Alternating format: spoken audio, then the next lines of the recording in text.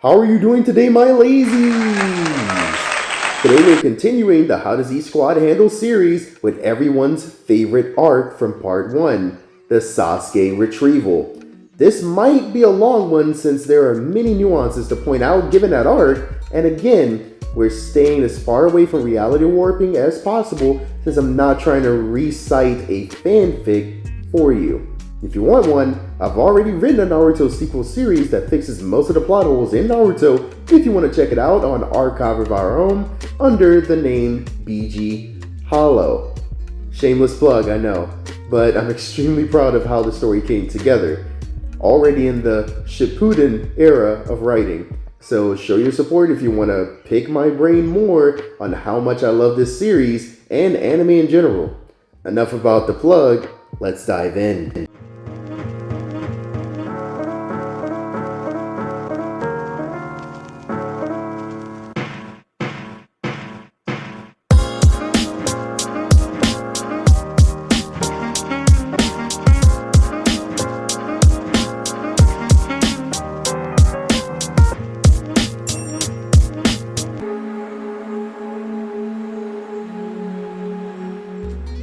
Now, to explain this series, we must first explain the team lineup since this can get very crazy and has many different variations that can occur. The main squad was Shikamaru as leader with Naruto, Kiba, Neji, and Choji as subordinates, and Team Baki as backup with Jonin, Gaara, the Chunin, Tamari, and Kankuro.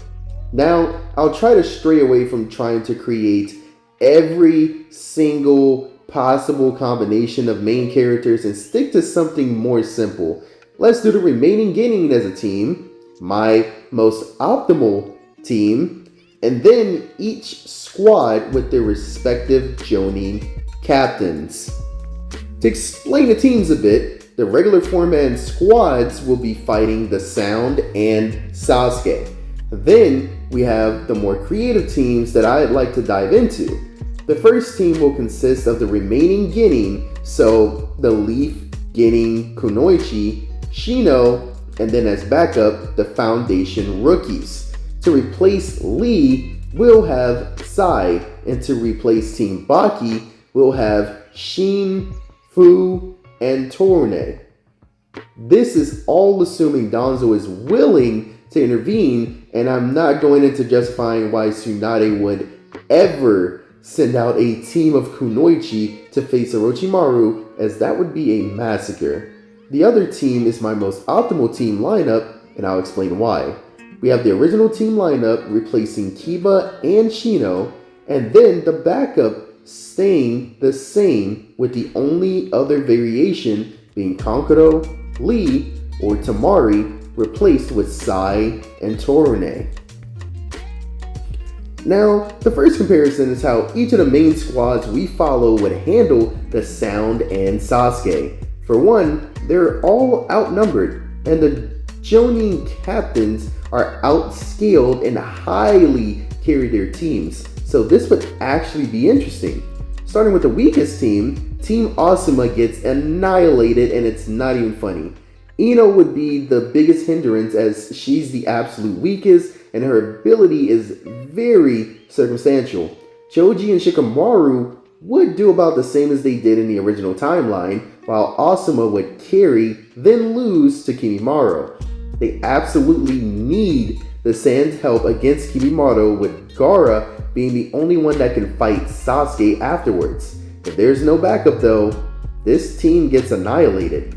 Ino is the biggest seller of this team, while the boys can actually hold their own. Now, the second weakest team is definitely Team Kakashi. Now, why is this the second weakest team even when a member is lost? Well, Naruto and Kakashi are more than enough to clap this team with Sakura on support. But their main issue is the fact that none of them would be strong enough to bring Sasuke back after. While Kakashi is stronger than both Naruto and Sasuke in the Valley of the End together, that's only at full power, and Kimimaro would definitely force him to use his Sharingan if the others don't, while Sakura is useless in an actual battle at this time. Jirobo would give a bit of a problem if he captures them, but Kyuubi Naruto would be his counter, as it's not shown that he can handle negative chakra, so it might just poison him. Kakashi Chakra Drain would still be enough to take out the rest of the team, as they could barely take out 2 Tokubetsu Jonin, let alone an S-class ninja like Kakashi with all of his tricks. He could solo this team mid-difficulty until Kimimaro joins. So this team would definitely need to send help in BN to jump him to even give them a chance to reach Sasuke. But without it, they stop at Kimimaro, as he was no different Kyuubi Naruto, and Kakashi would need to be at full power to beat him, as he actually scales above Kimimaro slightly. Kimimaro and Haku are usually seen as equivalents due to their Kekkei Genkai and how powerful that actually makes you, but sick Kimimaro would be like fighting Zabuza for Kakashi at full power. Now, this next team is usually at the top for most videos, but this time they're a bit lower, as Lee is nerfed and Tenten would be a slight hindrance. While I believe this team can still pull a win and capture Sasuke due to Guy, it all depends on how long they take to beat the others and how many gates Guy uses before Kimimaro appears. Now, base Gaara is no match for Guy, even as a Jonin, and he's comparable to Sharingan Kakashi. So non-gated Guy would actually solo this squad, but the question is, can he protect the rest of the team while doing that? Tenten in a Genjutsu is the most dangerous thing that could hinder the team, while Lee and Neji can still hold their own, with Neji being the only one that can confidently fight Kidomaru. Assuming he does the exact same thing that he originally did against him, then we have Guy, Tenten, and Surgery Lee versus the rest of the Sound, which could go either way. Guy and Lee can tag team and squad wipe even with Kimimaro present, but the main problem is how to protect Tenten. Her long range is a counter for most of the other squad, so this team won't really need the Sand help, but she might specifically. They're good either way though. Now, this team and the next one are perfect counters for the entire Sound squad, so they definitely won't need help whatsoever. Shino alone is the counter for every single Sound member, including Sasuke, so him solo would be more than enough. His absorption rate is higher and faster than Jirobo. He can control Kidomaru's spiders. Sakon and Ukon would get themselves infested if they ever try to enter his body, as Aburame are highly resistant to Genjutsu, and Shino is the second best Aburame in the clan after his dad, just without the experience of the other Aburame Jonin.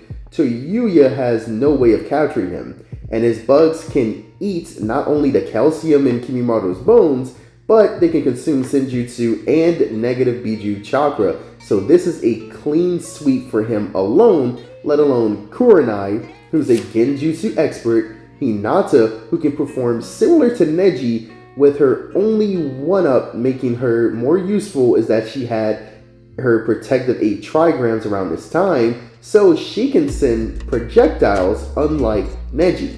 And then we have the weakest member with Kiba, but now he's being carried by the rest of his team. I know you might think I glazed Shino to high hell, but his arsenal is a hard counter for a lot of characters. This squad is just filled with people that he hard counters alone, let alone him with an actual team to aid that doesn't truly have a weak enough link that the Sound can exploit. This is a hard capture even if Sasuke goes to the second state. Helping this team would be overkill. Similar to the previous team, Team Baki would annihilate the Sound Squad even with Kimimaro, as Gaara in base was already able to match sick Kimimaro, let alone him using the Shukaku. Gaara alone foes this entire team, but I do want to highlight the others as well, as they're a better backup for Gaara than Team Kurenai for Shino. There's no weak link on this team that can be exploited. Gaara-san was withstanding Kimimoto's strongest attacks, so Kidomaru wouldn't even be a good enough counter for him, even adding the speed to increase power. And Baki has a hardening that can almost compete with Gaara-san armor. If Tamari uses Kamatari, she claps everyone but Sakon and Ukon and Kimimoto alone. So Yuya already got one-shotted, and Jirobo is significantly weaker than her, with his only gimmick being chakra absorption. Kankuro is actually the absolute most useful counter for the entire team, save Kimimoto, as he's now using all three of his puppets, and no diff second state Sakon and Ukon, who are supposed to be the leaders of the squad when Kimimoto is away. Jirobo and Tayuya would end up in the same state, while he could confidently trap Kidomaru by controlling his spiders to counter him at the last minute. This team and Team Kurenai have no problems capturing Sasuke, as Curse Mark Sasuke wasn't even enough to overpower possess Gaara, let alone him letting loose completely. Now, this next portion is how I believe the original squad would do against each of the Sound 4, 5, or 6 before we get into the justification for the next squads. Starting off, we have the leader Shikamaru Nara. I believe he loses to Jirobo, wins against Tayuya, wins against Sakon and Ukon, and loses to Kidomaru and Kimimaro. The only ones I see him having a slight chance against are Jirobo, Tayuya, then Sakon and Ukon. Now, I did say he loses to Jirobo, but it's only due to the chakra absorption, and he doesn't have a high chakra reserve to begin with. But with that intel, Shikamaru could actually pull a win. So a 1v1 instead of him trying to protect and coordinate a squad in between, I can see this going either way. He already matched states to Yuya, so that's already answered in the anime alone, and I believe he can outsmart Sakon and Ukon since they don't have that crazy of an ability that he's likely to fall prey to since he's too smart for them. Next up is an interesting case, as the main person he truly doesn't have accounted for is Kimimoto, but still struggles against the others, is the main side character, Naruto Uzumaki. He only loses to Kimimoto and Kidomaru, but only in a very specific instance. Naruto has shown that he outright, even with Kyuubi, cannot beat Kimimoto, even sick.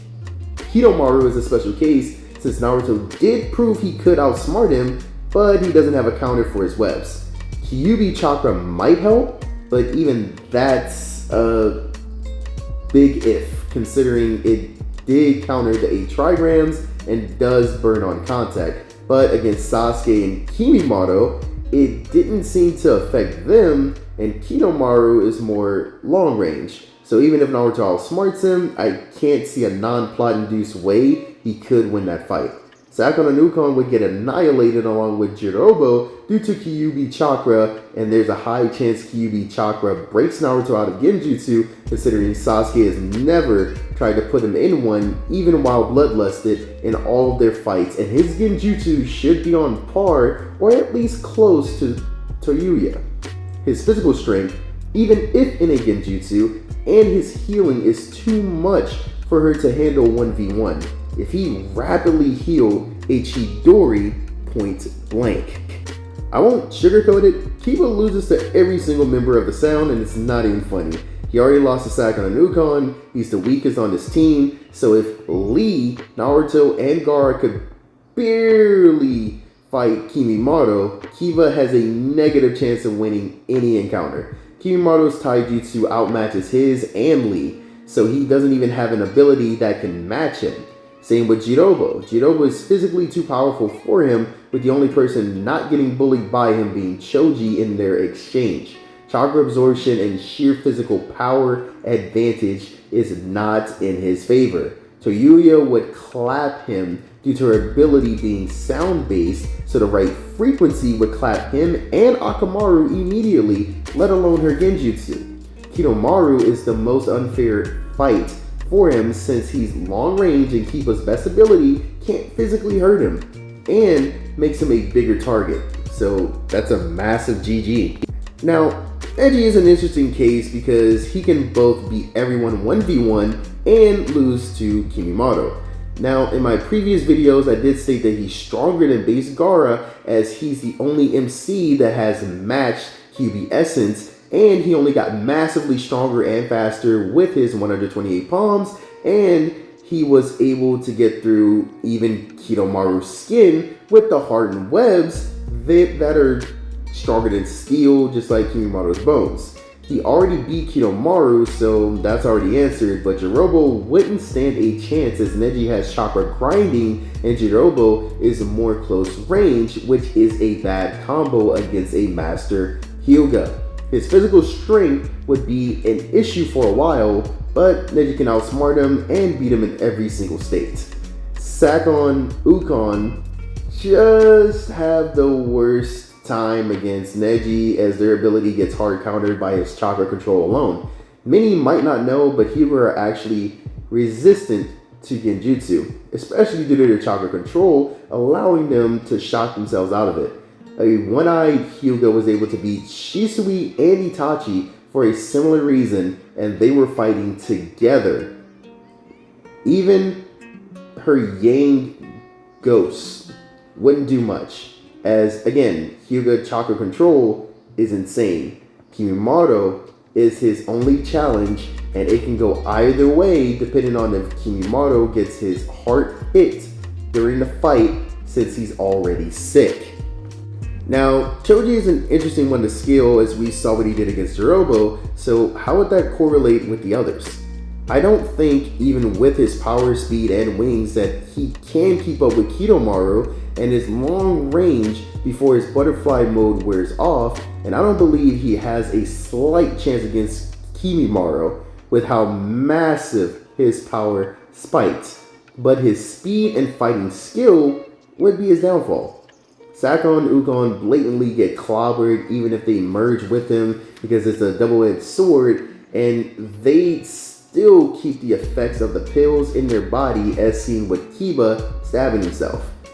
Tayuya would be an opponent he can't counter with brute strength, but I can see him breaking the Genjutsu if he uses the pills effectively, but just not her other abilities. Now, Rock Lee is interesting, as we already see he lost to Kimimoto after he used the Curse Mark, so it's better to look at the others. Kidomaru and Toyuya would be his perfect counters, especially weakened as he was, since their long range and their abilities are something he can't counter. He is very intelligent, so I can see him outsmarting them to come close to a win, but nerfed Lee really doesn't stand a chance here. His only blatant wins are Jirobo, Sakon, and Ukon. His physical power is above Jirobo, and he uses Taijutsu, so even Chakra Sapped, he's still a great counter in his state. And then Sakon and Ukon are too slow, and if they merge with his body, he can weaken them by opening the gates that put massive strain on the body. Gaara would squad wipe this entire list, and not just because he barely beat Kimimoto, but because he was overpowering him while not using his Biju power, and the skill of his attacks in the forest was insane. Sand Tsunami is wiping out the long range advantage from Kidomaru, and Shikaku would either snap him out of the Genjutsu or use the Genjutsu from Toyuya to break free, and that wouldn't be good for her at all. Jirobo would force him to use Shikaku due to his chakra absorption, and even with the Rashomon, Sakon and Ukon have no way to defend the versatility of Gaara's sand. Tamari is an interesting case, as none of them can counter her glide, but they still have a few win cons. She blatantly washed Toyuya out of the series, and Kamatari created literal deforestation in a few seconds. So I'm sure she could cut through Kidomaru's webs and possibly break through his hardened skin while annihilating the close-range trio with Sakon, Ukon, and Jirobo. Even with a Rashomon to protect, I think that's as far as Sakon and Ukon can get with her. Kimimoto is interesting, as Toyuya can just piss him off, forcing him to accelerate his death by entering the second state and using his Bracken dance to cover the forest, but At the same time, I can see Kimimaro noticing the giant fan and not even allowing her to use it, so it's more 50-50 depending on the situation. Last one to analyze is my boy 3-Puppet Kankuro. Now this version of Kankuro is actually a problem, but his main struggles will be Kidomaru and Kimimaro. Kidomaru has speed, terrain, and range advantage, even though I believe Kankuro is stronger than him.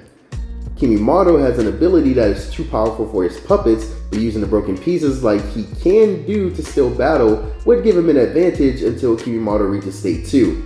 If Sand Burial didn't dent state 2, I'm confident even the broken pieces won't even give him an advantage. Sakon and Ukon already got clapped, and the same goes for the close range Jirobo that he can easily outsmart given his tactics.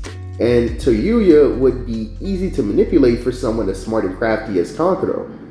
If they actually had intel on his abilities, they'd stand a bit of a chance. But those three, even after working with the Sand in an invasion, still didn't know about their abilities somehow.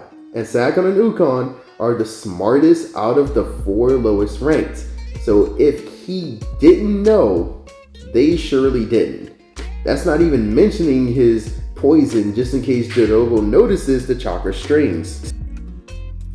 Now for the fun stuff. Let's look into the remaining gaming team composed of Sakura, Ino, Tenten, Hinata, and Shino with Sai, Shin, Fu, and Torine as backup. Now obviously, Shino would be the only one capable of being the leader on this squad, and the others would literally just be support for him. His range and abilities hard counter the entire squad, so solo would actually work best for him since he wouldn't have to protect his Kunoichi.